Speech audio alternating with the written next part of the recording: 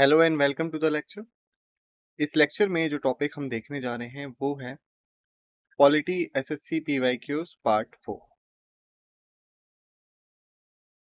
Lecture की शुरुआत से पहले एक छोटा सा डिस्क्लेमर है हमारे पास जो कि हमें समझना बहुत ज़रूरी है इससे पहले कि हम आगे बढ़े। और डिस्क्लेमर कुछ इस प्रकार से है: the images, text and other materials used in our presentations are for educational purposes only. We respect the intellectual property rights of the original creators and owners. If you are the owner and have any concerns or issues, please contact us at sathi@iitk.ac.in and we shall remove the same. पहला प्रश्न है, निम्नलिखित में से किसके पास यह अधिकार है कि वो डिसाइड करे कि जो बिल है वो मनी बिल है या फिर नहीं? विकल्प है Lok Sabha speaker, prime minister, president या फिर फाइनेंस मिनिस्टर। सही उत्तर देने हेतु आप सभी के पास 10 सेकंड का समय है, फिर मैं आप सभी को सही उत्तर बता दूंगा। समय शुरू होता है अब।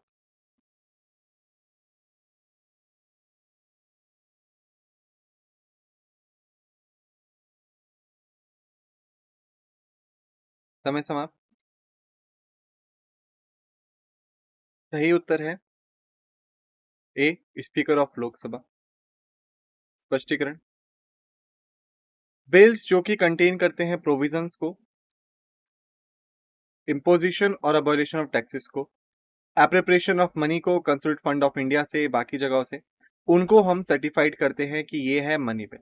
मनी बिल जो है उसको सिर्फ और सिर्फ लोकसभा में ही इंट्रोड्यूस किया जा सकता है और वो भी जो स्पीकर होते हैं लोकसभा के उनके पास ये अधिकार होता है कि वो डिसाइड करेंगे कि जो बिल है वो मनी बिल है या नहीं। तो देखिए, अगर हम बात करें पार्लियामेंट में प्रेजेंट करे जाने वाले बिल के बारे में, तो हमारे चार तरह के बिल होते हैं। पहला होता है ऑर्डिनरी बिल, कॉन्स्टिट्यूशनल,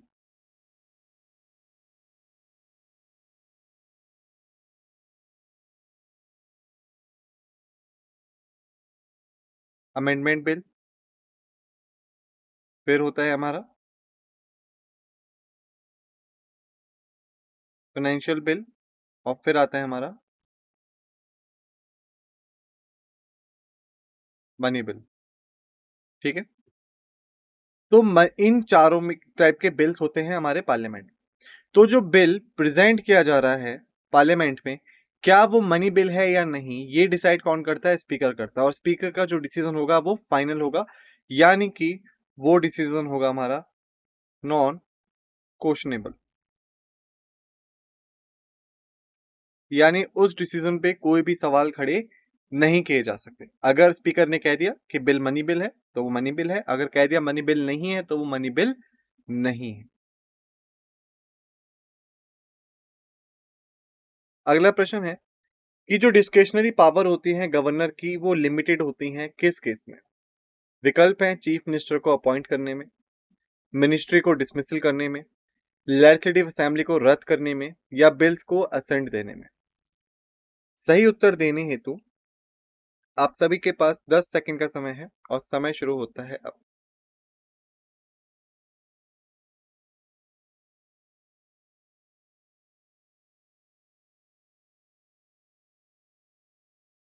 समय समाप्त। सही उत्तर है डी, बिल को स्वीकृति देने में या असेंट देने में। स्पष्टीकरण: डिस्क्रिशनरी पावर्स जो होती हैं गवर्नर की, उसका मतलब होता है कि वो अपने अकॉर्डिंग जजमेंट दे सकते हैं बिना aid and advice of the council of ministers के। तो ये पावर जो होती है ये उनके पास बिल्स को असेंट देने में होती है, बाकी जगहों पे उनको एड एंड एडवाइस लेनी पड़ती है काउंसिल ऑफ मिनिस्टर्स की। और कुछ कुछ जगह पे उनको जरूरी होता है कि वो प्रेसिडेंट ऑफ इंडिया का कंसल्टेशन लेंगे। ठीक है, अगला प्रश्न है, कंट्री का फर्स्ट लॉ ऑफिसर कौन होता है? विकल्प है चीफ जस्टिस ऑफ इंडिया होंगे, अटर्नी जनरल होंगे, लॉ मिनिस्टर होंगे या फिर सॉलिसिटर जनरल होंगे। सही उत्तर देने के लिए आप सभी के पास 10 सेकंड का समय है, फिर मैं आप सभी को सही उत्तर बता दूंगा। समय शुरू होता है अब।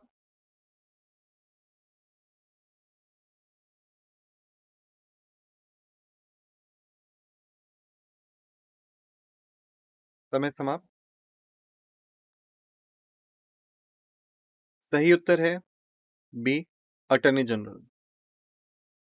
स्पष्टीकरण।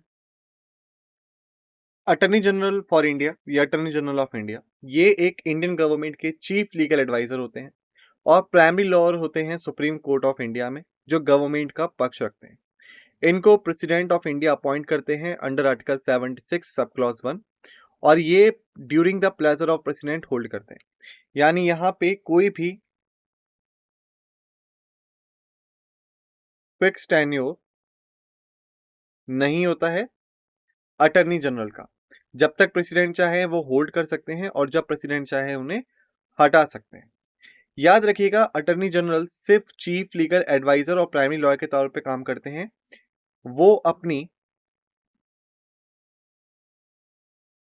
प्राइवेट प्रैक्टिस कर सकते हैं, यानी खुद भी कई सारे केसेस लड़ सकते हैं। उनकी प्राइवेट प्रैक्टिस पे कोई रोक नहीं लगती, क्योंकि वो कोई भी सेंट्रल गवर्नमेंट एम्प्लॉय नहीं है, बल्कि एक लीगल एडवाइजर है। हालांकि याद रखिएगा, प्राइवेट प्रैक्टिस में सिर्फ और सिर्फ सिविल केसेस में उनके पास परमिशन होती है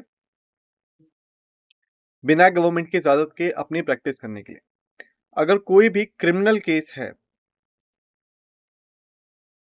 जिसमें अटॉर्नी जनरल उस केस में अक्यूज का पक्ष लेना चाहते हैं, तो ऐसे में उनको गवर्नमेंट ऑफ इंडिया की परमिशन की रिक्वायरमेंट होती है।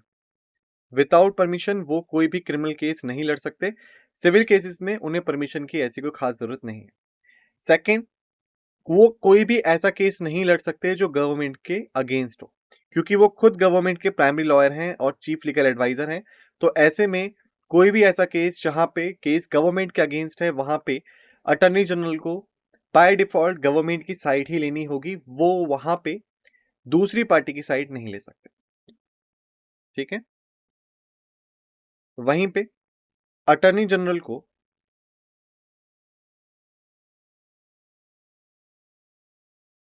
असिस्ट करने के लिए सॉलिसिटर जनरल्स को रखा जाता है, जो असिस्टेंट्स के तौर पे कार्य करते हैं। अब यहाँ पे एक चीज आपको याद रखनी है कि जो अटॉर्नी जनरल है वो कॉन्स्टिट्यूशनल बॉडी है।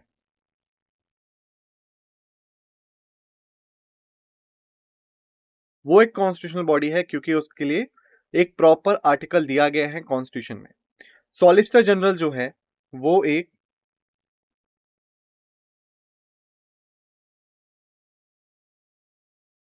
नॉन कॉन्स्टिट्यूशनल बॉडी, या यू कहें एक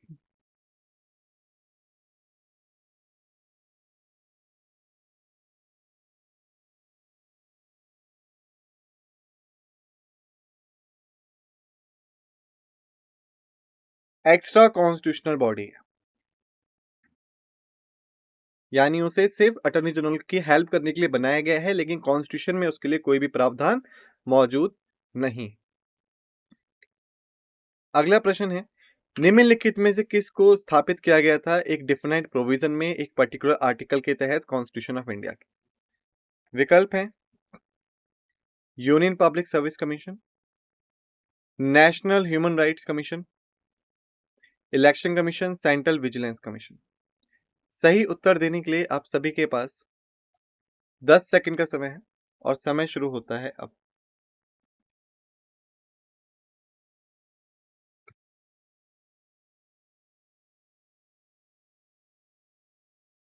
समय समाप्त।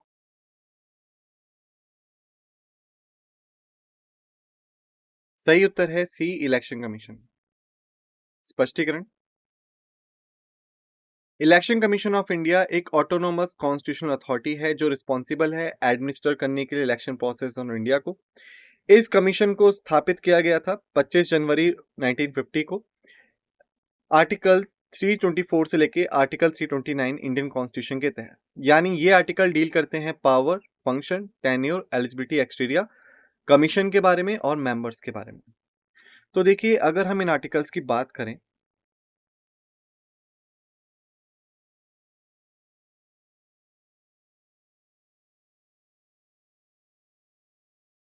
सबसे पहला आता है हमारा आर्टिकल 324, फिर आता है हमारा आर्टिकल 325, फिर आता है हमारा आर्टिकल 326, फिर आता है हमारा आर्टिकल 327, फिर आता है हमारा आर्टिकल 328 और फिर आता है हमारा आर्टिकल 329। आर्टिकल 324 प्रॉपरली डील करता है with election commission of India के साथ में, यानी कैसे इलेक्शन कमीशन ऑफ इंडिया को स्टैब्लिश किया जाएगा, क्या क्या पावर्स होंगी, फंक्शंस होंगे, ये सब। आर्टिकल 325 में आता है नो डिस्क्रिमिनेशन, यानी किसी भी व्यक्ति के साथ इलेक्शन कराने के लिए कोई भेदभाव नहीं किया जाएगा, क्योंकि वो बस एक पर्टिकुलर जेंडर से है, एक पर्टिकुलर रिलीजन से है, एक पर्टिकुलर कास्ट से है, रेस से है, या फिर एक पर्टिकुलर जगह पे पैदा हुआ था। आर्टिकल 326 बात करता है हमारा यूनिवर्सल अडल्ट फ्रेंचाइजी के बारे में, यानी जो भी व्यक्ति भारत में 18 साल का या उससे बड़ा है वो वोट दे सकता है, उसके लिए कोई भी स्पेसिफिक क्वालिफिकेशन नहीं चाहिए। आर्टिकल 327 डील करता है पार्लियामेंट की पावर्स के साथ में, कि पार्लियामेंट की जो पावर्स है रिगार्डिंग सेंट्रल लेजिस्लेचर्स, वो क्या क्या लॉ बना सकता है, कैसे बना सकता है, वो सब इसमें दी गई हैं। वहीं पे आर्टिकल 328 डील करता है स्टेट्स की पावर के बारे में,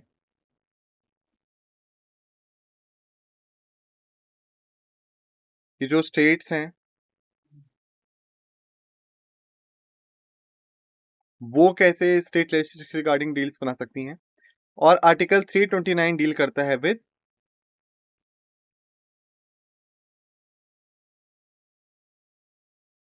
डीलिमिटेशन कमीशंस के बारे में।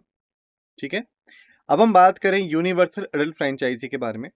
तो याद रखिएगा, जब कॉन्स्टिट्यूशन को स्थापित किया गया, लागू किया गया, तब तक जो एज थी, वोटिंग एज, वो असल में 18 साल ना होके बल्कि कितनी थी, वो थी हमारी 21 ईयर्स। ठीक है, बाद में इसको 61st अमेंडमेंट एक्ट ऑफ 1989 के तहत 21 साल से घटा के कर दिया गया 18 साल। ठीक है, वहीं पे इलेक्शन कमीशन जो है उसकी कंपोजिशन के बारे में पूरे कॉन्स्टिट्यूशन में कहीं भी जिक्र नहीं किया गया है, और प्रेसिडेंट ऑफ इंडिया पार्लियामेंट की रिकमेंडेशंस के अनुसार डिसाइड करते हैं कि उसमें कितने मेंबर्स होने चाहिए। 1989 तक ये एक सिंगल पर्सन बॉडी थी, यहाँ सिंगल पर्सन बॉडी थी। बाद में इसको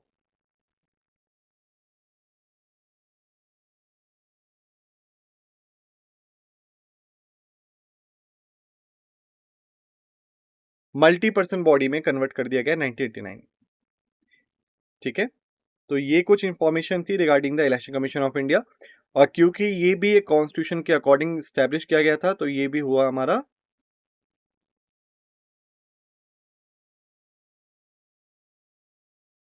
कॉन्स्टिट्यूशनल बॉडी।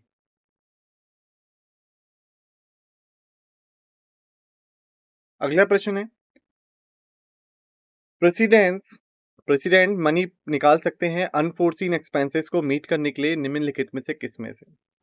विकल्प है कंसोलिडेटेड फंड ऑफ इंडिया से, सेंट्रल गवर्नमेंट से आने वाली ग्रांट से, यूनियन गवर्नमेंट की एड से, या फिर कॉन्टीजेंसी फंड ऑफ इंडिया से। सही उत्तर देने के लिए आप सभी के पास 10 सेकंड का समय है, फिर मैं आप सभी को सही उत्तर बता दूंगा। समय शुरू होता है अब।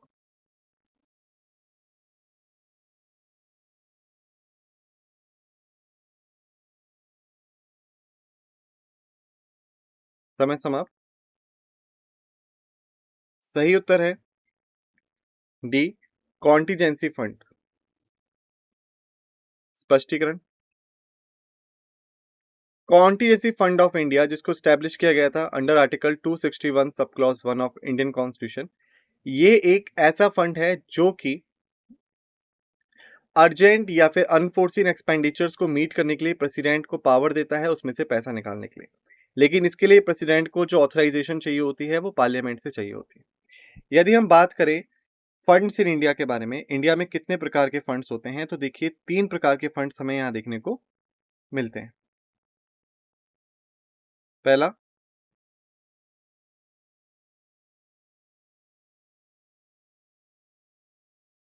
Consolidated fund of India. दूसरा,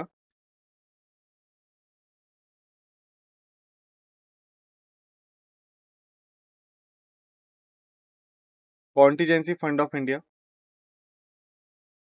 तीसरा, public account undertaking. Consolidated fund of India में आते हैं आपके article 266 sub clause 1। Contingency fund आपका स्टैब्लिश होता है article 267 sub clause 1।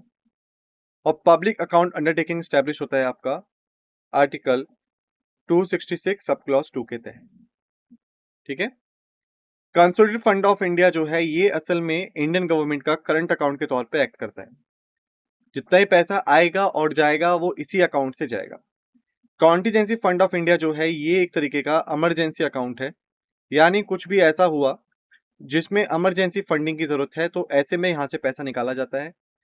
Public account undertaking एक तरीके से सिर्फ होल्डिंग अकाउंट है, यानी गवर्नमेंट इस अकाउंट की ऑनर नहीं है।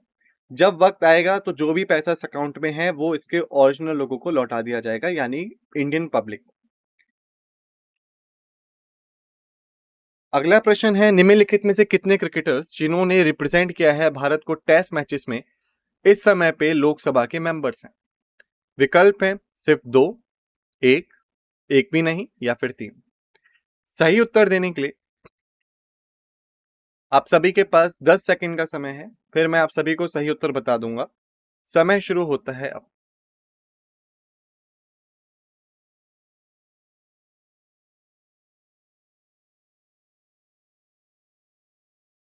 समय समाप्त। सही उत्तर है B1। स्पष्टीकरण, 3 क्रिकेटर्स भारत के जिनमें शामिल हैं नवजोत सिंह सिद्धू, मोहम्मद अजहरुद्दीन, कीर्ति आजाद, जिन्होंने भारत को टेस्ट मैचेस में प्रेजेंट करा है और इस समय लोकसभा मेंबर्स भी हैं। अगला प्रश्न है, निम्नलिखित में से कौन सी चीज पिट्स इंडिया एक्ट के तहत भारत में इंट्रोड्यूस की गई थी? विकल्प हैं board of control, board of revenue, standing council, या फिर कोर्ट ऑफ डायरेक्टर्स। सही उत्तर देने के लिए आप सभी के पास 10 सेकंड का समय है। समय शुरू होता है अब।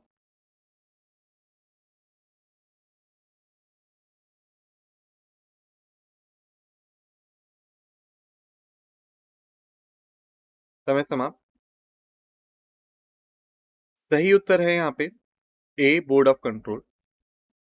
स्पष्टीकरण, पिट्स इंडिया एक्ट 1784 जिसे ब्रिटिश पार्लियामेंट ने पास किया था ताकि रेगुलेटिंग एक्ट ऑफ 1773 में जो कुछ चीजें रह गई थी उन्हें दोबारा सुधारा जा सके। इस एक्ट ने ब्रिटिश पोसेशंस का कंट्रोल ड्यूल कर दिया, यानी एक कंट्रोल ईस्ट इंडिया कंपनी के हाथ में रखा और एक कंट्रोल ब्रिटिश गवर्नमेंट के हाथ में दे दिया।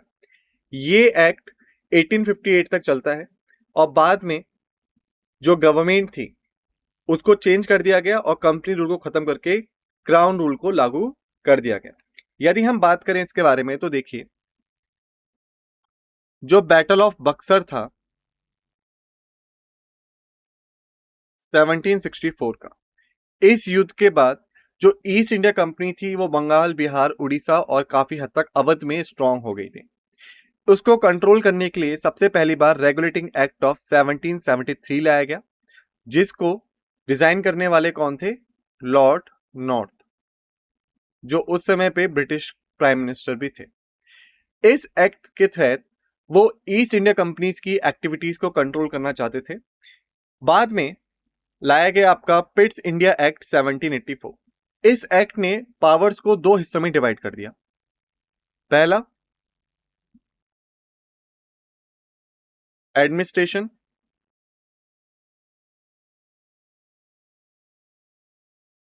And political.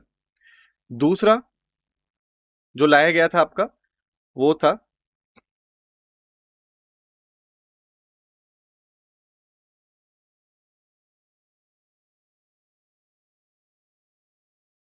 Economy and trade. Administration and political जो था वो आपका दे दिया गया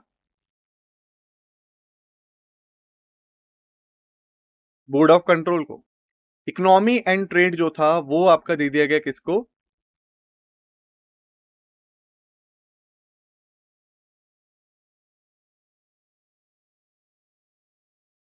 ईस्ट इंडिया कंपनी को। ठीक। बाद में जब आपका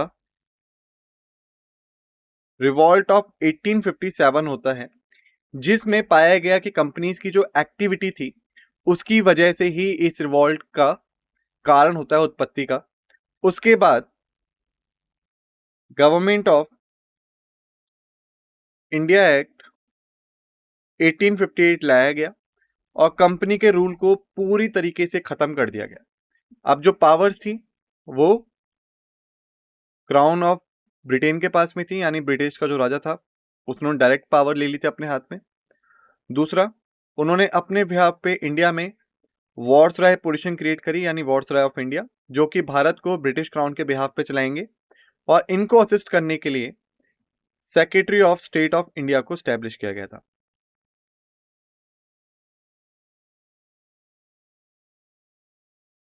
ठीक है, याद रखिएगा जो बोर्ड ऑफ कंट्रोल था ये 6 मेंबर बॉडी थी।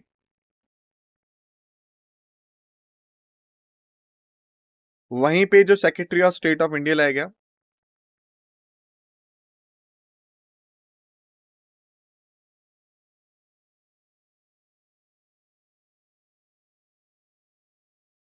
ये 12 मेंबर्स बॉडी को लाया गया। ठीक। बोर्ड ऑफ कंट्रोल जो थी वो स्टार्टिंग में गवर्नर जनरल ऑफ बंगाल को असिस्ट करती थी, बाद में गवर्नर जनरल ऑफ इंडिया को। लेकिन 1858 में जब पूरी तरीके से ही कंपनी को खत्म कर दिया गया, उस समय वायसरॉय ऑफ इंडिया की एक नई पोजीशन क्रिएट की गई और उसको असिस्ट करने के लिए एक नई ऑर्गेनाइजेशन बनाई गई जिसका नाम था secretary of state of India, जो कि एक 12 बंदों की ऑर्गेनाइजेशन थी और जो बोर्ड ऑफ कंट्रोल थी वो सिर्फ 6 बंदों की ही ऑर्गेनाइजेशन थी। अगला प्रश्न है, जो टर्म है फेडरल वो कॉन्स्टिट्यूशन में कहां पे इस्तेमाल किया गया है? विकल्प है पार्ट 3 में, आर्टिकल 368 में, कॉन्स्टिट्यूशन में कहीं भी नहीं, या फिर प्रियम्बल में। सही उत्तर देने के लिए आप सभी के पास 10 सेकंड का समय है। समय शुरू होता है अब।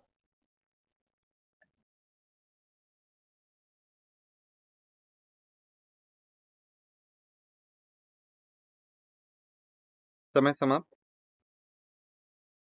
सही उत्तर है सी, नोवेयर इन द कॉन्स्टिट्यूशन, यानी कॉन्स्टिट्यूशन में कहीं भी नहीं।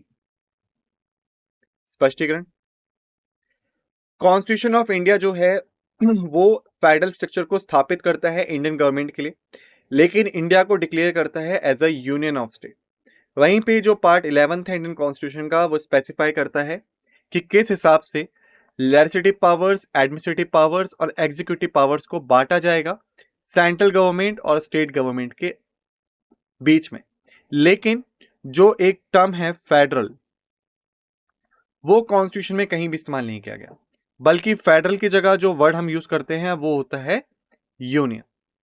फेडरल जो है वो एक तरीके से एक एग्रीमेंटल बेसिस दिखाता है कि जो स्टेट्स हैं वो एक एग्रीमेंट के तहत साथ आई हैं, जिसका फाइनेस्ट एग्जांपल आपको मिलेगा USA, United states of America. यानी स्टेट्स के पास राइट है वो जब चाहे तब अमेरिका से अलग हो सकती है। यूनियन दिखाता है नॉन एग्रीमेंटल फॉर्म, यानी जो भारतीय स्टेट्स हैं वो किसी भी एग्रीमेंट के साथ साथ नहीं आई हैं, तो कोई भी स्टेट भारत से अलग नहीं हो सकती। अगला प्रश्न है, निम्नलिखित में से कौन सा आइटम कॉन्करेंट लिस्ट के भीतर आता है? विकल्प हैं trade unions, citizenship, local government या फिर इंटर स्टेट रिवर्स। सही उत्तर देने के लिए आप सभी के पास 10 सेकंड का समय है, फिर मैं आप सभी को सही उत्तर बता दूंगा। समय शुरू होता है अब।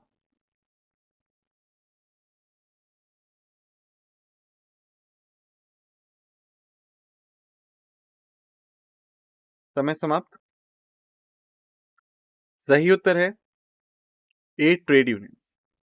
स्पष्टीकरण, कॉन्करेंट लिस्ट 52 आइटम्स की एक लिस्ट है और लास्ट आइटम 47 पे नंबर्ड है 7 शेड्यूल में कॉन्स्टिट्यूशन ऑफ इंडिया के। ये इंक्लूड करता है पावर्स को, जहां पे सेंट्रल और स्टेट गवर्नमेंट दोनों ही लॉज बना सकते हैं। जो सब्जेक्ट्स हैं आपके, जैसे कि एजुकेशन, जिसमें टेक्निकल एजुकेशन भी शामिल है, मेडिकल एजुकेशन भी शामिल है, यूनिवर्सिटीज भी शामिल है, पॉपुलेशन कंट्रोल हो गया, फैमिली प्लानिंग हो गया, क्रिमिनल लॉ हो गई, जानवरों के प्रति जो हिंसा है उसे रोकने का कार्य हो गया, या वाइल्ड लाइफ और एनिमल्स को बचाने के लिए चीजें हो गई, फॉरेस्ट हो गया, ये सभी कॉन्करेंट लिस्ट में आते हैं। तो देखिए, भारत में मुख्यतः हम 3 लिस्ट को फॉलो करते हैं। यूनियन लिस्ट, जिसमें टोटल 97 सब्जेक्ट्स हैं। फिर आता है हमारा स्टेट लिस्ट, जिसमें 66 सब्जेक्ट्स हैं। और फिर आता है हमारा कॉन्करेंट लिस्ट, जिसमें अभी टोटल 47 सब्जेक्ट्स हैं। ठीक है। तो यूनियन लिस्ट और स्टेट लिस्ट जो है, ये हमने असल में ली थी गवर्नमेंट ऑफ इंडिया एक्ट 1935 से। कॉन्करेंट लिस्ट का जो आइडिया था वो हमने उठाया था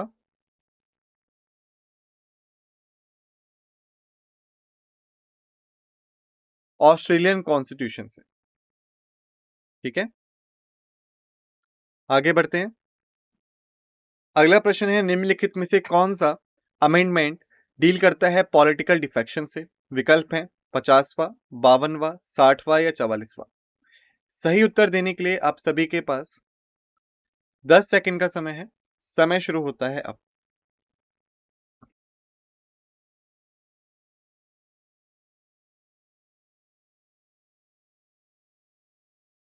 समय समाप्त। सही उत्तर है बी, 52वां।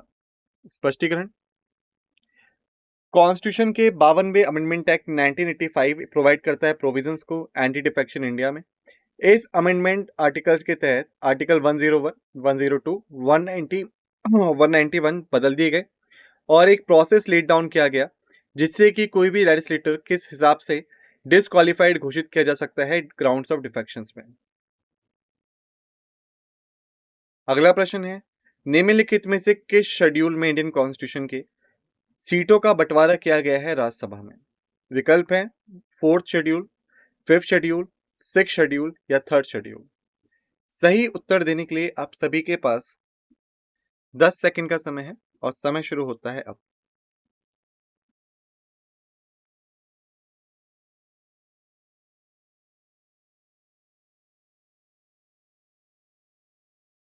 समय समाप्त।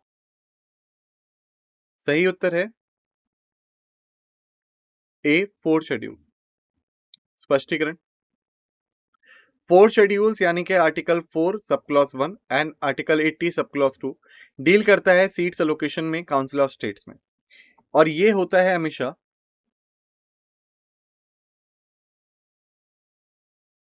पॉपुलेशन प्रोपोर्शन के हिसाब से। जैसे मान लीजिए, अगर एक सीट प्रत्येक 1 लाख लोगों पे दी जाती है, तो यहां पे अगर 4 स्टेट्स हैं या 5 स्टेट्स हैं,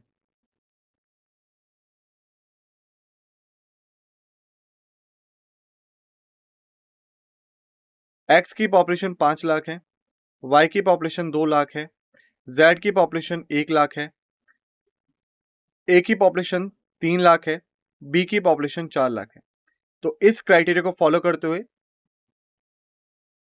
एक्स की होंगी 5 सीट्स, वाई की होंगी 2 सीट्स, जेड की होंगी 1 सीट, ए की होंगी 3 सीट्स, फोर की होंगी, सॉरी बी की होंगी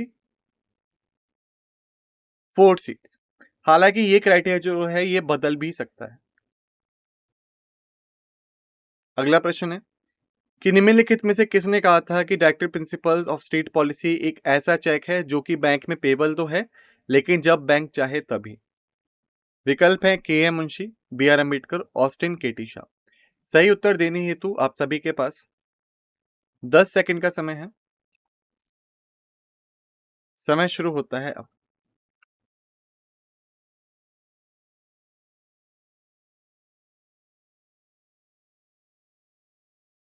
समय समाप्त। सही उत्तर है डी, केटी शाह। स्पष्टीकरण, केटी शाह ने कहा था डिस्क्रिपेंसी ऑफ स्टेट पॉलिसी एक ऐसा चेक है जो कि बैंक में पेबल तो है, लेकिन जब बैंक चाहे तभी। जो पार्ट फोर्थ है कॉन्स्टिट्यूशन का, वो 20 directive principle of state policy को कैरी करता है, जो कि लिस्टेड है आर्टिकल 36 से लेकर आर्टिकल 51 तक। तो देखिए, ये जो डीपीएसपी का कॉन्सेप्ट है, directive principle of state policy का, इसको हमने लिया था आयरिश कॉन्स्टिट्यूशन से। और ये बेसिकली हमारा जो सोशियो इकोनॉमिक डेमोक्रेसी है उनको प्रमोट करने के लिए लिए गए थे। अब इसमें प्रॉब्लम क्या है कि ये होते हैं नॉन एनफोर्सेबल, यानी गवर्नमेंट अगर इस पे कोई भी लॉ नहीं बनाती है तो गवर्नमेंट को उसके लिए जिम्मेदार नहीं ठहराया जा सकता। यानी एक ऐसा चेक जो कि बैंक में जमा तो किया गया है, लेकिन बैंक पैसा तभी देगा अगर बैंक चाहे। तो ऐसे लॉ जो सोशियो इकोनॉमिक डेमोक्रेसी के लिए लाए तो गए हैं, लेकिन लागू तभी होंगे जब गवर्नमेंट चाहे। अगर गवर्नमेंट नहीं चाहती है तो गवर्नमेंट को फोर्स नहीं किया जा सकता। अगला प्रश्न है, निम्नलिखित में से कितने मेंबर्स को नॉमिनेट किया जा सकता है दोनों हाउसेज में पार्लियामेंट के प्रेसिडेंट के द्वारा? विकल्प है 14, 16, 10 या 12। सही उत्तर देने हेतु सभी के पास 10 सेकंड का समय है और समय शुरू होता है अब।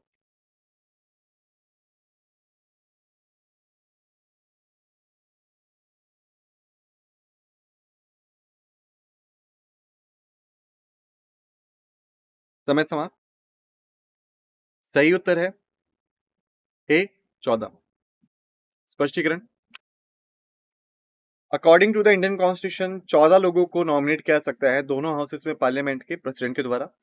जो लेजिस्लेटिव पावर्स होती हैं प्रेसिडेंट की, उसके अनुसार वो नॉमिनेट कर सकते हैं 12 लोगों को राज्यसभा में। अगर वो एडुकेटली रिप्रेजेंटेड नहीं है तो 2 एंग्लो इंडियन मेंबर्स को भी लोकसभा में नॉमिनेट किया जा सकता है। तो 12 प्लस 2 टोटल 14 लोगों को नॉमिनेट किया जा सकता है प्रेसिडेंट द्वारा। अगला प्रश्न है, निम्नलिखित में से किस आर्टिकल के तहत कॉन्स्टिट्यूशन प्रोवाइड करता है कि कोई भी व्यक्ति सीधा सुप्रीम कोर्ट जा सकता है अगर उसके फंडामेंटल राइट्स का हनन हुआ है तो? विकल्प है आर्टिकल 31, आर्टिकल 32, आर्टिकल 28 या आर्टिकल 29। सही उत्तर देने के लिए आप सभी के पास 10 सेकंड का समय है और समय शुरू होता है अब।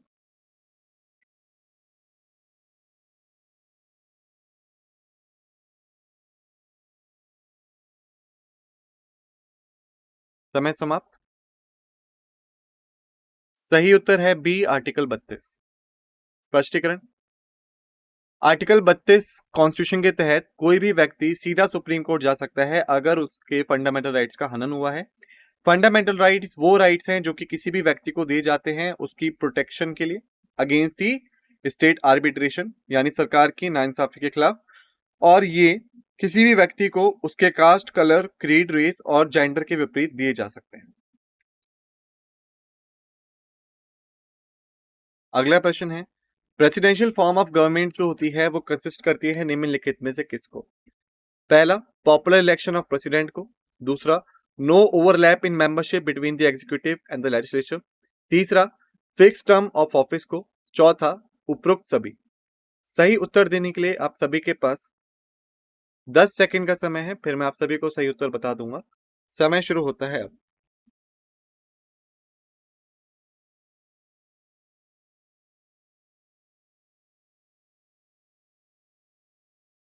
समय समाप्त। सही उत्तर है D all of the above. स्पष्टीकरण, एक प्रेसिडेंशियल सिस्टम एक ऐसा रिपब्लिकन सिस्टम है गवर्नमेंट का जहां पे जो हेड है गवर्नमेंट का वो हेड भी होता है स्टेट का। यानी कि जो एग्जीक्यूटिव ब्रांच है वो सेपरेट होती है लेजिस्लेटिव ब्रांच के। यूनाइटेड स्टेट्स में प्रेसिडेंशियल सिस्टम है, वहां पे पॉपुलर इलेक्शन होते हैं प्रेसिडेंट के। जो मेंबरशिप है उसमें कोई भी ओवरलैप नहीं होता, फिक्स टर्म होता है ऑफिस का। और ये सभी ही महत्वपूर्ण क्राइटेरिया है प्रेसिडेंशियल फॉर्म ऑफ गवर्नमेंट के।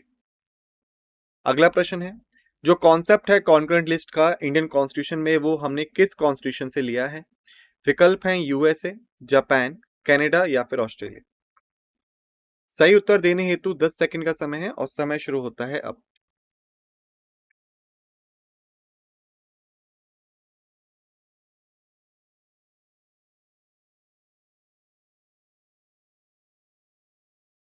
समय समाप्त। सही उत्तर है यहाँ पे डी, ऑस्ट्रेलिया। स्पष्टीकरण, जो कॉन्सेप्ट है कॉन्करेंट लिस्ट का भारतीय कॉन्स्टिट्यूशन में, वो हमने लिया है ऑस्ट्रेलियन कॉन्स्टिट्यूशन से। कॉन्करेंट लिस्ट जो होती है वो लिस्ट 3 होती है जिसमें 52 आइटम्स है, हालांकि लास्ट वन 47 है, और ये पार्ट 11 में दी गई है कॉन्स्टिट्यूशन ऑफ इंडिया के, और यूनियन और स्टेट दोनों के ही रिश्तों को दर्शाती है। इस पार्ट में जो लेजिस्लेटिव और एडमिनिस्ट्रेटिव पावर्स हैं वो डिवाइड की गई हैं, और ये दोनों पावर्स एक्सरसाइज की जाती हैं सेंट्रल और स्टेट गवर्नमेंट्स के साथ में। अगला प्रश्न है, निम्नलिखित में से कौन किसी भी नए राज्य को भारतीय गणराज्य में शामिल कर सकता है? विकल्प है president, supreme court, prime minister या पार्लियामेंट। सही उत्तर देने हेतु सभी के पास 10 सेकंड का समय है और समय शुरू होता है अब।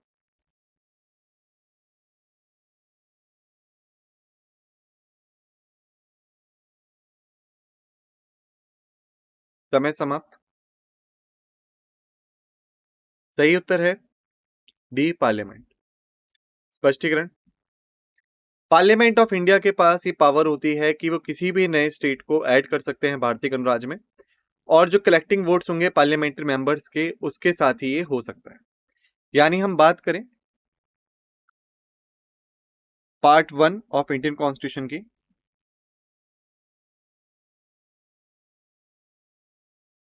पार्ट 1 ऑफ इंडियन कॉन्स्टिट्यूशन हमें प्रोवाइड करता है एक चीज, जो आर्टिकल 1 से शुरू होती है,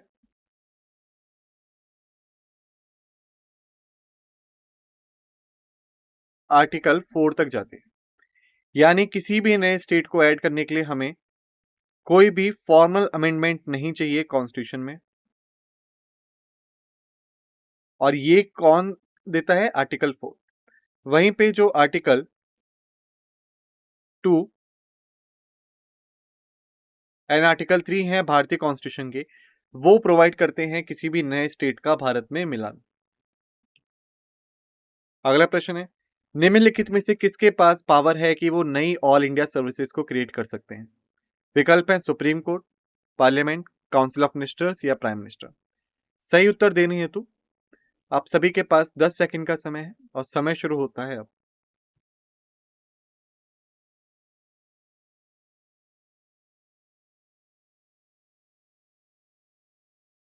समय समाप्त। सही उत्तर है बी, द पार्लियामेंट। स्पष्टीकरण, पार्लियामेंट के पास पावर है कि वो नई ऑल इंडिया सर्विसेज को क्रिएट कर सकता है। देखिए, करंटली भारत में 3 ऑल इंडिया सर्विसेज हैं, जिसमें सबसे बड़ी है Indian administration services,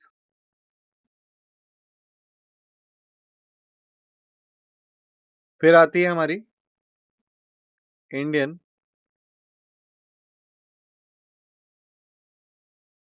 police services, और फिर आती है हमारी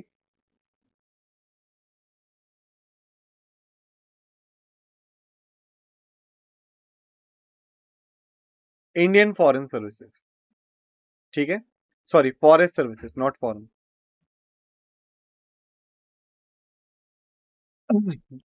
ये सर्विसेज सेंट्रल और स्टेट रिलेशंस को दर्शाती हैं, यानी इन्हें रिक्रूट तो सेंट्रल गवर्नमेंट करती है, पर ये कार्य स्टेट गवर्नमेंट के गाइडेंस में करते हैं। अगर इसमें कोई भी नई सर्विस जोड़नी है तो वो सिर्फ पार्लियामेंट ही जोड़ सकता है, और वो भी कब? जब पार्लियामेंट का जो अपर हाउस है यानी Rajya Sabha, the council of states, वो इसके लिए राजी हो जाए। अगला प्रश्न है, निम्नलिखित प्रोविजंस में कितने मेंबर्स होते हैं? या फिर ये कहा जा सकता है कि जो प्रोविजनल पार्लियामेंट था इंडिया का, कॉन्स्टिट्यूंट असेंबली का, कितने मेंबर्स उसमें थे? विकल्प है 296, 313, 318 या 316। सही उत्तर देने हेतु सभी के पास 10 सेकंड का समय है, समय शुरू होता है अब।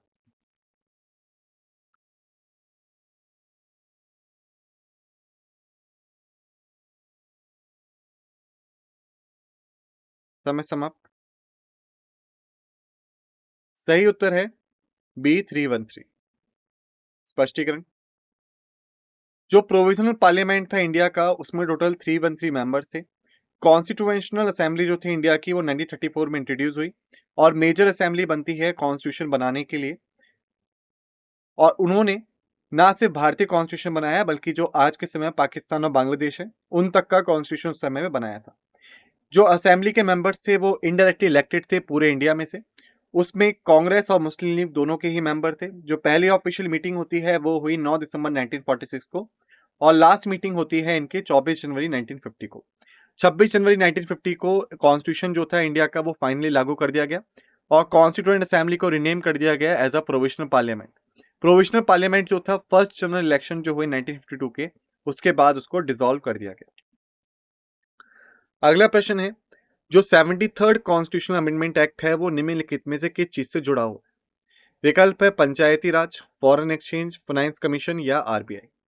सही उत्तर देने के लिए आप सभी के पास 10 सेकंड का समय है, और समय शुरू होता है अब।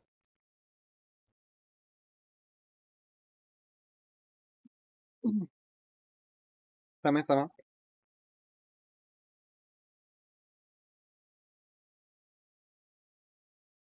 सही उत्तर है ए, पंचायती राज।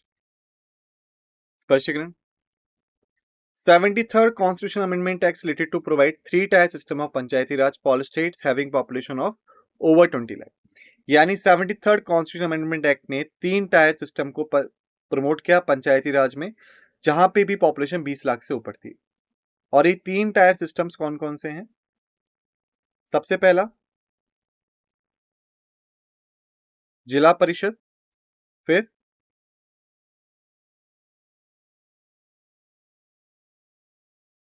पंचायत समिति, और लास्ट में आती है हमारी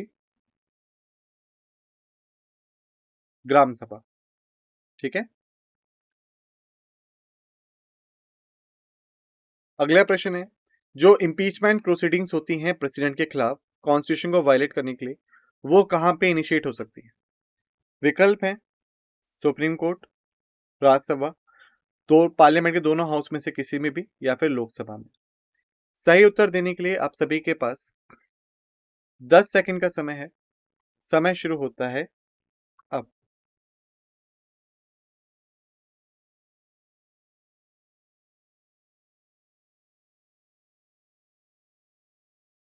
समय समाप्त।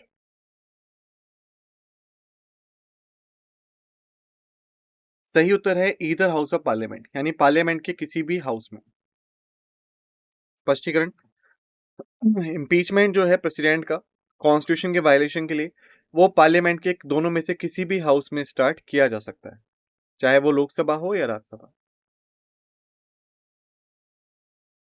अगला प्रश्न है, निम्नलिखित में से कौन लोकसभा के सबसे पहले या प्रथम स्पीकर थे?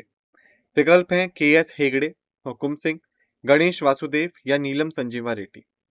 सही उत्तर देने के लिए आप सभी के पास 10 सेकंड का समय है। समय शुरू होता है अब।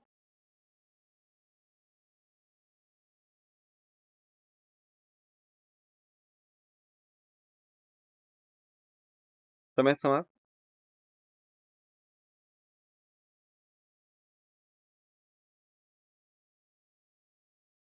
सही उत्तर है सी, गणेश वासुदेव। स्पष्टीकरण। गणेश वासुदेव मावलंकर पहले या प्रथम स्पीकर थे लोकसभा के। अगला प्रश्न है, निम्नलिखित में से कौन से इंडियन कॉन्स्टिट्यूशन आर्टिकल डील करता है विद इलेक्शन कमीशन? विकल्प हैं आर्टिकल 356, आर्टिकल 360, आर्टिकल 324, आर्टिकल 352।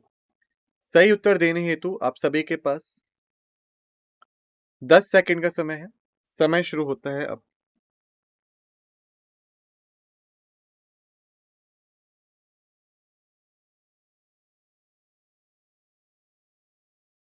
समय समाप्त। सही उत्तर है सी, आर्टिकल 324। स्पष्टीकरण। आर्टिकल 324 जो है इंडियन कॉन्स्टिट्यूशन का, वो बेसिकली एम्पावर करता है इलेक्शन कमीशन को कि वो एक्सरसाइज करे अपनी पावर को, ताकि क्रिमिनल्स को प्रिवेंट किया जा सके और करप्ट पर्संस को पॉलिटिक्स में घुसने से रोका जा सके। अगला प्रश्न है, अगर प्रेसिडेंट रिजाइन करना चाहें तो वो अपना रेजिग्नेशन लेटर निम्नलिखित में से किसे देंगे? विकल्प है वाइस प्रेसिडेंट ऑफ इंडिया को, लोकसभा के स्पीकर को, चीफ जस्टिस ऑफ इंडिया को, या प्राइम मिनिस्टर ऑफ इंडिया को। सही उत्तर देने हेतु आप सभी के पास 10 सेकंड का समय है, और समय शुरू होता है अब।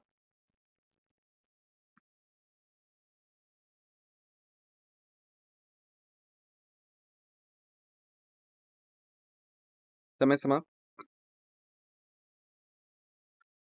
सही उत्तर है ए, वाइस प्रेसिडेंट ऑफ इंडिया। स्पष्टीकरण, अगर प्रेसिडेंट रिजाइन करना चाहें तो वो अपना लेटर ऑफ रेजिग्नेशन देंगे वाइस प्रेसिडेंट को। अगला प्रश्न है, भारतीय संविधान कब लागू हुआ? विकल्प है 1949, 1951, 1956, 1950। सही उत्तर देने के लिए आप सभी के पास 10 सेकंड का समय है, फिर मैं आप सभी को सही उत्तर बता दूंगा। समय शुरू होता है अब।